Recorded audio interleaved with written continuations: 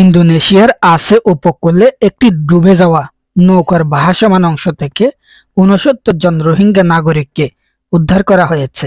শুক্রবার এক প্রতিবেদনে বিবিসি জানায়, বৃহস্পতিবার যখন তাদের উদ্ধার করা হয় তখন তারা রোদে পোড়া ও পানিশূন্য অবস্থায় ছিলেন। ইন্দোনেশিয়ার অনুসন্ধান ও উদ্ধার সংস্থা জানায়, নৌকার ভাসমান অংশ থেকে ৯ জন শিশু, ১৮ জন নারী এবং ৪২ জন পুরুষকে উদ্ধার করা হয়েছে। এ ঘটনায় ৮০ জন ভেসে গেছে বলে ধারণা করা হচ্ছে। এছাড়া মৃত্যুর আশঙ্কাও করা হচ্ছে। উদ্ধার হওয়া এক ব্যক্তি জানান, দলের কয়েকজন কাঠের নৌকাটিতে ১ মাস ধরে সমুদ্রে ছিলেন। জানা যায়, স্থানীয় একটি মাছ ধরার নৌকা একদিন আগে অভিবাসীদের উদ্ধারে গিয়েছিল, কিন্তু আতঙ্কে নৌকায় ওঠার সময় তারা নৌকাটিকে উল্টে দেয়। ফলে বেঁচে যাওয়া ব্যক্তিরা একদিনেরও বেশি সময় ধরে দ্বিতীয় নৌকায় আটকাচ্ছিলেন।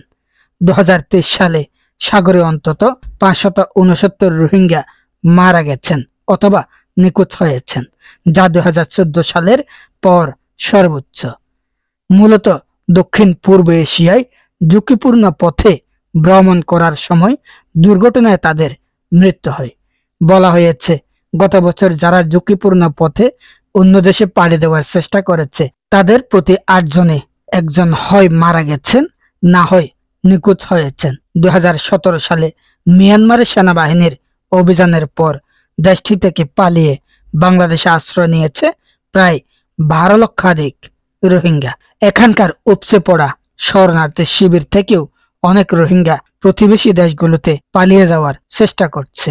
মোবারক Uddin Nayan, the Cox news, TCN desk news.